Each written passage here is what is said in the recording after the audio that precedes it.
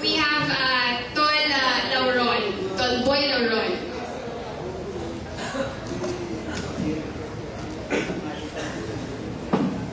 Ang Samahan ng Bagong Kabataan ay tumitigo sa pagbabago para magkaroon ng unlaran ng ating bansa.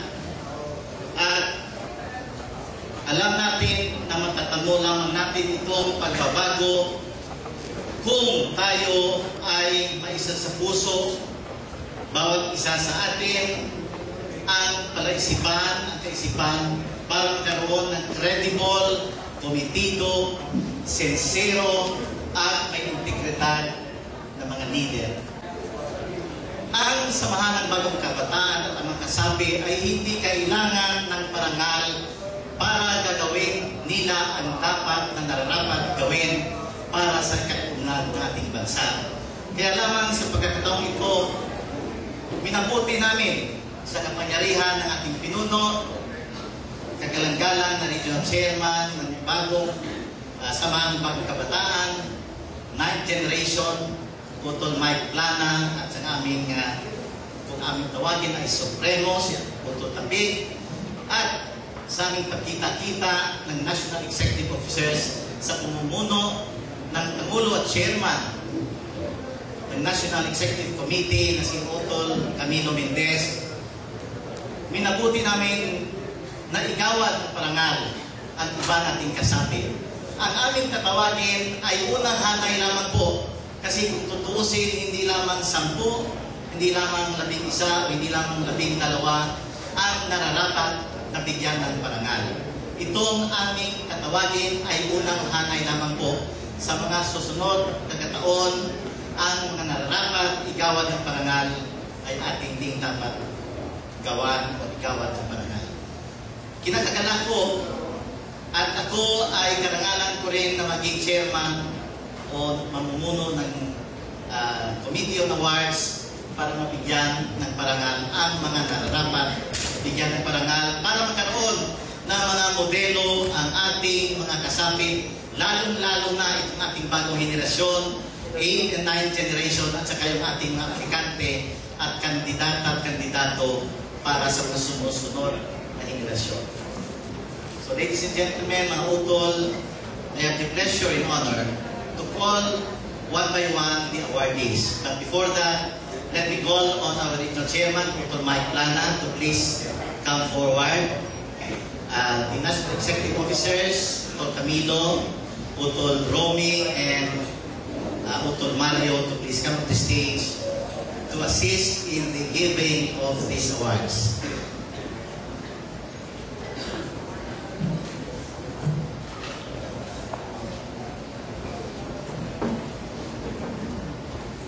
Ang nakasaad dito sa ating parangal, this flag of recognition is presented to the name of the awardee for his invaluable contribution to the organization, demonstrated by his dedication to the responsibilities of leadership, prudence, fortitude, courage, and resolve in the service of the organization and of the country, especially in the field of government and public service. So ladies and gentlemen, we will now call on the awardees. As we call on the awardees, please come forward to receive your respective awards. So we first call on Attorney Tomaso Coutol, former President of the Integrated Bar of the Philippines, Guimaras Chapter.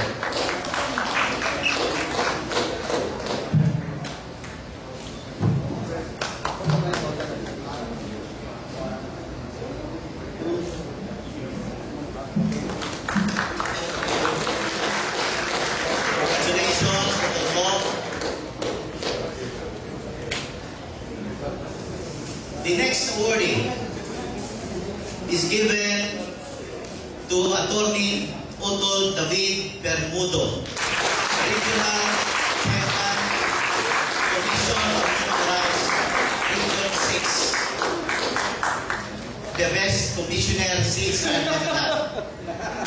Congratulations to David.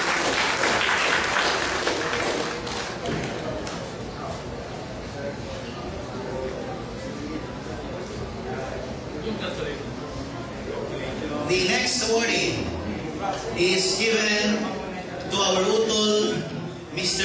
Joel Adrias.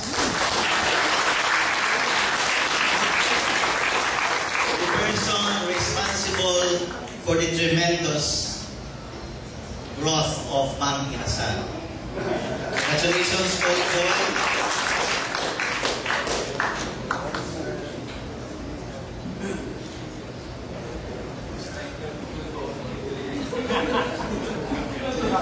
The next awardee is given to our utol, Dr. Luis Sorolla.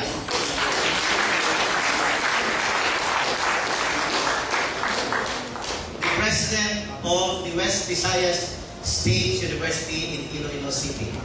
Can we please call on any representative to receive the award in behalf of Dr. Sorolla?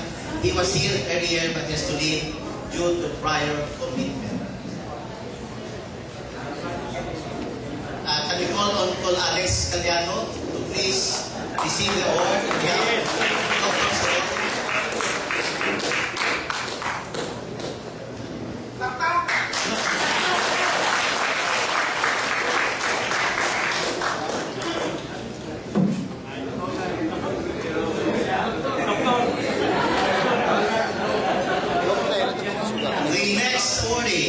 Is given to our utol, Mr. Jerome Baron. Former manager, Bongo Radio, and a fighting radio commentator. Congratulations to Jerome.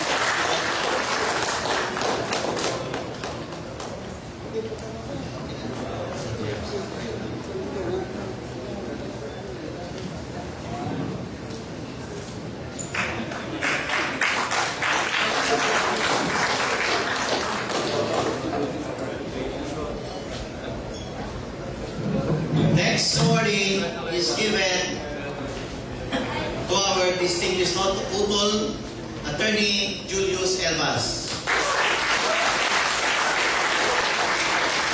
Executive Assistant to the President of the University of San Agustin.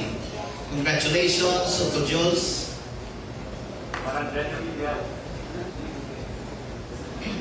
He got 100% in remedial law.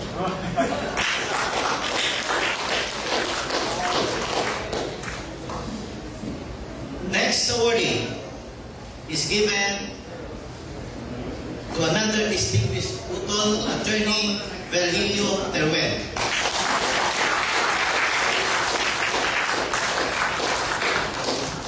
IPP President of Iloilo, a distinguished legal practitioner. Congratulations, Bill.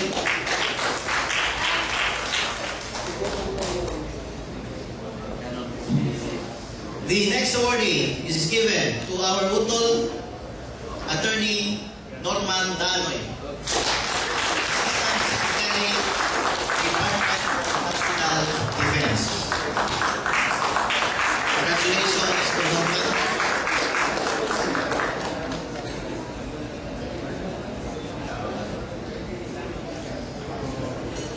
The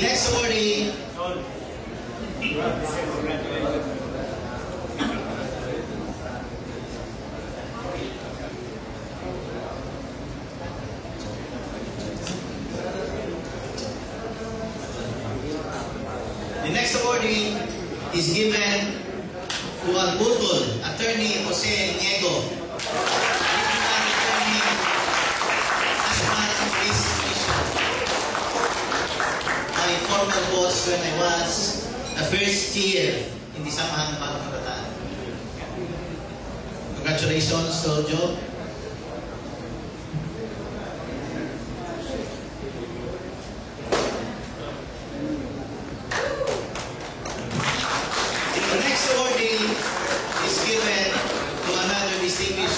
Utol, Architect Nilo Moralidad. I understand he has prior commitments, so I cannot make it tonight. Can we ask somebody to receive the plaque of recognition in behalf of Utol Nino? tall gathering, can you please receive this award?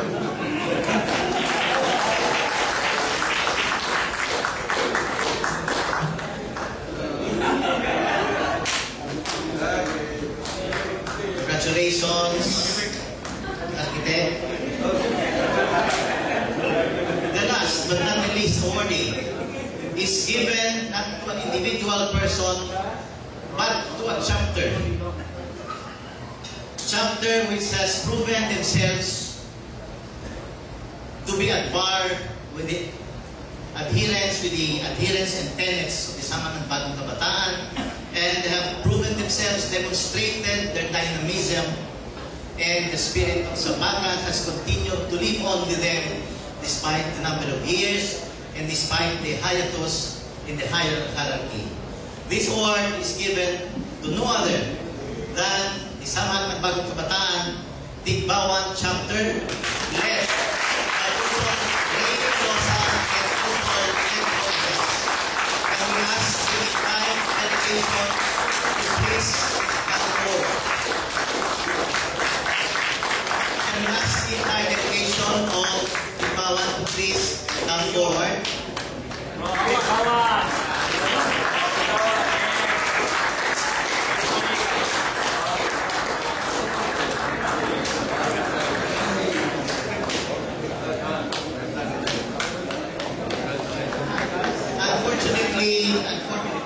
Unfortunately, our apologies to the SBK sa Tigbawan chapter that this plaque of recognition was named in the name of Utol Ray Rosa.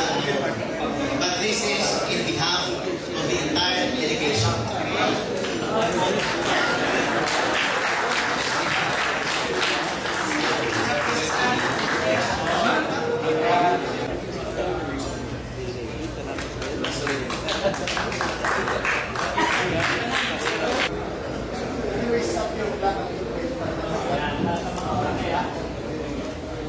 To give us a message from Tol Francis Tapiculin Jr., may we call on Tol Virgilio Teruel Jr.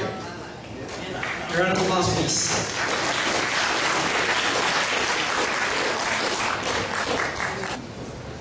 Correction, please, I'm not junior. I have the easiest assignment tonight. Easiest because I don't have to make a speech. All I have to do is read a speech from another Utol who couldn't be here because right now he is in New York, US of America. But I'm sure that the Spirit soars among us tonight. This is no ordinary message because it comes from a pillar of the Samahan. And during the late 1970s, during our third generation, we always look up to him as a big brother, if not the godfather of the Samahan. Tonight, with the investiture of the 8th and 9th generation, almost 35 years after, he is now promoted as the grandfather of the Samahan. Well, I will give you the message of Utol Francis Tapiculin, who surely wouldn't miss this affair tonight if he just could make it. But unfortunately, he couldn't make it, so he sent an email speech, and it was assigned to read it for you.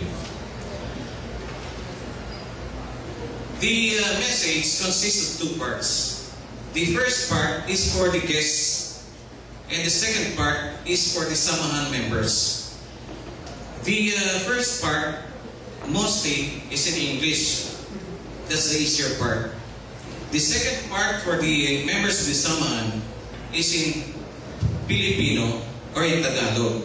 So you have to bear with my accent and my syllabication because I'm not fluent in Tagalog. Okay? So bear with me. The message goes like this. The grace of your presence honor the Council of SBK in the Western Visayas. Tonight, you witness our activities and the brewing energy of the Ilonggo youth leaders and their passion for an engaging and active citizenship towards the remaking of our country. Their aggregate total number of years of experience would have reached some 100 years in leadership trainings, community services, environmental management, disaster relief operations, COMELEC deputization, and Operation Pagmamahal. For the past decades, they were bred in various settings, which called for them neither to draw their swords nor use the barrel of the gun, but with their passion in advocacy and activism, SBK reinforced their knowledge and skills to become good leaders in their various sensitive decision-making positions. We convey to you our deepest gratitude, and we seek your counsel for a closer relationship and mutual understanding geared towards the regeneration of student activism, one that builds rather than destroys. Let us join hands as bearers of good news to all those with alternative views in an exciting journey to the next decade with full respect and recognition of the basic human freedoms through the leadership of the new chairman, Eugenio Michael Tolmay Plana, joining us tonight. Joining us tonight is his lady, the immeasurably kind and generous Jessica. He didn't mention beautiful. And her son, Miguel. May the angelic voice in our hearts lead us to more fruitful endeavors. To our guests, thank you and have a wonderful night. That's the first part. We go to the second part.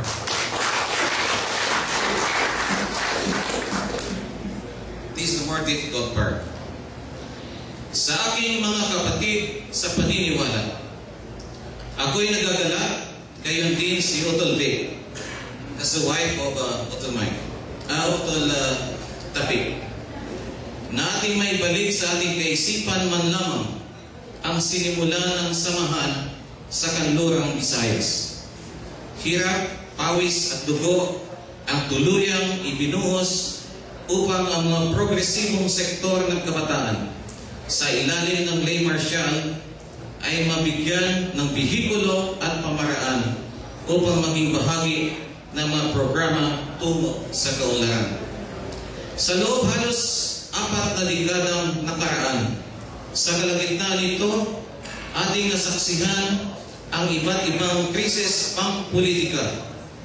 Inaprobahan natin ang moratorium habang tinutuligsa ang takbo ng panahon kung talagang nangangailangan na ipagpatuloy ang sinimulang pakikibaka at muling tiligin ang binhi ng reforma ng ating ipinunla sa Iloilo, Antique, Capiz, Aklan at sa isla ng Gimaras. Naging marahas at matugo ang mga taong yun at ang sumunod na yugto ng ating politika ay naging puno ng katiwalian. Sunod-sunod na iskandalo, halos walang katapusan. Ang boto ay walang hiya na binibili at binibenta. These never-ending challenges in our national life have summoned us to remain firm to our commitment and capacity to engage as active citizens to rebuild this country while we find solace in the hopeful promise of a government so declared in the preamble of our Constitution, in imploring the aid of the Almighty in order to build a just and humane society and to establish a government that shall embody our ideals and aspirations. As in the movie Independence Day, the President called on all his fighter pilots and declared, "We will not sleep quietly in the middle of the night We will fight, for today is our Independence Day. Tonight ushers a new era of collective action and proclaims our full support to the new chairman in leading the charge of this historic responsibility, that is, in molding future leaders of our communities who shall take over the mantle of authority when the hands of our elders would have become old, tired, and weak. When we extended the invitation for tonight, so many of you would have rejected it. Utol Odi might rather spend his time along the entrances of Roa City's lawyer's farmhouse. Or Colonel Munding Lustanya could just have played the empty bottles of the day. Or maybe Tol John Nigo could have opted to stay home and babysit his grandchild. Or Tol Nelson Oberas could just have continued rechecking the book of accounts from his school till the end of the night. Or anyone, upon receiving that invitation, carrying the leaf-shaped eagle with the initials SBK, might have reacted, "Sabaka investiture, who cares?" But no, no, no. Almost all of the core leaders have heartily accepted to be with us tonight, for we have a distinct and peculiar political democratic consciousness in the art of public governance. It is the very reason of our existence as part of the larger streams of generations in the years to come. Thank you very much. Mabuhay ang samahan, mabuhay tayong lahat. Very typical of Utol Rapi. I think he was online earlier, and I think he's watching over these proceedings.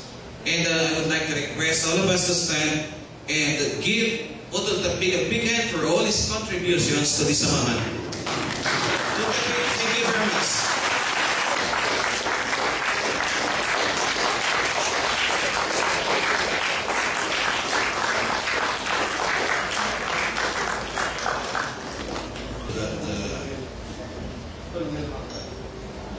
This is the first time that you've seen me, because since the time that I was in Sabaka, it's the first time that I came to Iloilo to be invited in this particular event.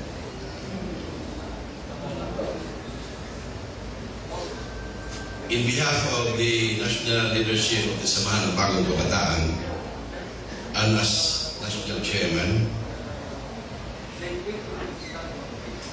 I would like to thank the presence of Attorney Salvador Cabaluna.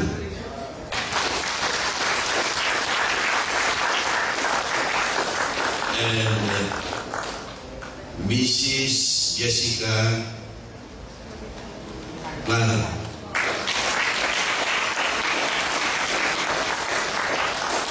And the new recruits of the Samahan ng Bagong Kabataan in the chapter who will undergo seminar on the 15th up to the 17th in Guimaras Island. You might wonder why I gave priority to this, to Attorney Cabaluna, to Jessica, because they are outsiders from Sabaka, and we have to thank them for their presence here.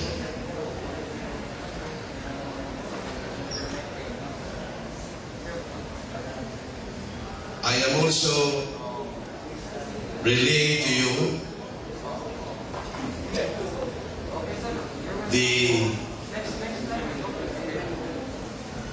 greetings of our Utol, Efren Nanaw, was not able to come. Efren Nanaw, as you know already, is the senior columnist of Manila Times. Utol Rudy Caselo, who also have asked me to relay his message of congratulations to you, who is now the LTO Region 4A Assistant Director. Utol Art Bueno, who is now in Cotabato City, and connected with the Mindanao Cotabato River Basin Project. He is the former Secretary General of our organization. Utol Dani Robles is now in Sultan Kudarat with the Governor's Office under Sultan Kudarat Governor Pax Magundadato. And also, in our talk with Congressman Goles and Congressman Matt Defensor, he also wants to relate to you. Congratulations.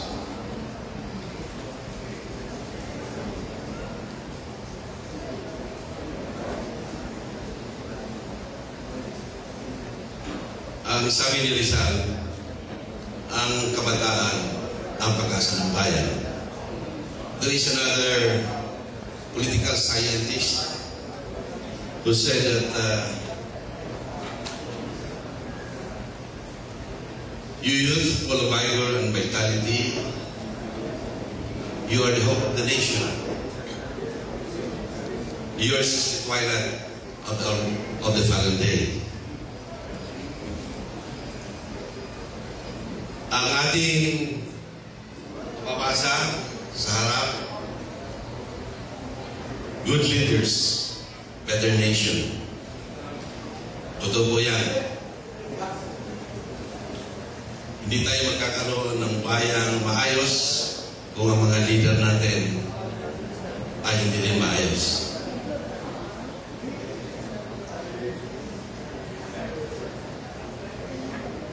Kailangan natin na ituloy natin ang ating pagkakaisa. Ngunit, ang pagkakaisa natin, mas mahalaga na nakabase sa isang ideolohiya. Kung inyo napapansin, ang bansa natin hanggang sa ngayon ay walang direksyon sapagkat walang sariling ideolohiya na bibigis-bigis sa ating lahat tungo sa isang tunguhin. We are a divided country. And we feel that in Sabaka, to the use of our Filipino ideology, we will have one direction.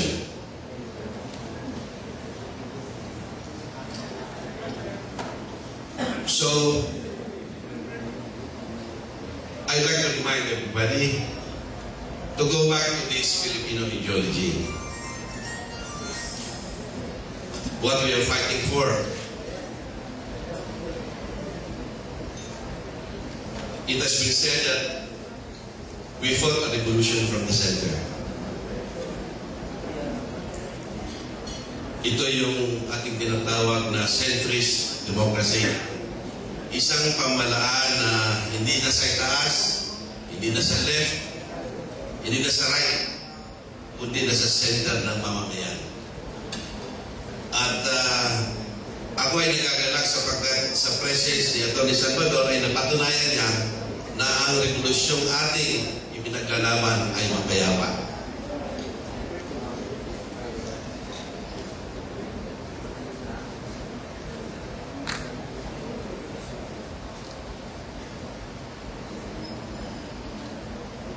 We must continue to practice our system in the organization to avoid disunity as warned us by Otto Romy Morelos. We must continue to practice democracy and centralism in the organization.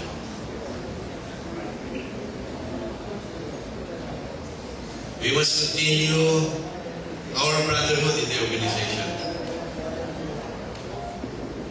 Ang pagtutulungan sa bawat isa ay paunahing sinyalis na ang organisasyon ay nagkakaisa.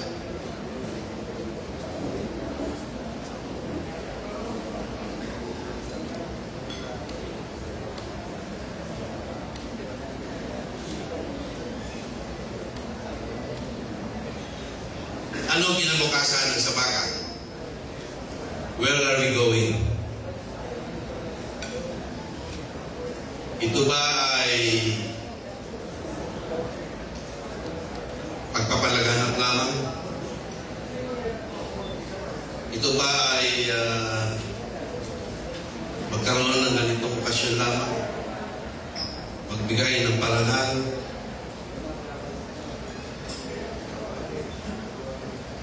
Hindi po. Napapanahon na ang sabaka ay makialam na sa politika. Political participation is the main objective of sabaka. Because without political participation, our aspirations will not be fulfilled.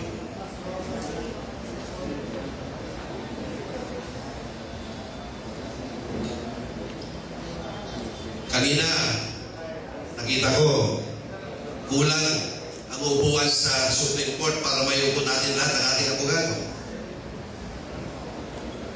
Napakagagaling natin mga leader, Utol Mike, si Otto Selvi, ang gagaling na speaker, tatalunin natin ang mga congressman. Otto Romy Morelos, sa aking palagay, napapanahon na para pag-isipan natin na makapagluklok tayo ng sarili nating leader mismo sa gobyerno.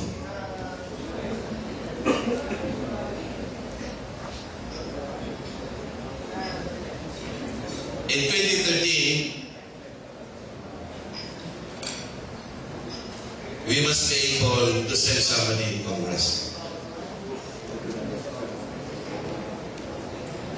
When we go back to Manila, we will try to convene the Central Committee to discuss this possibility.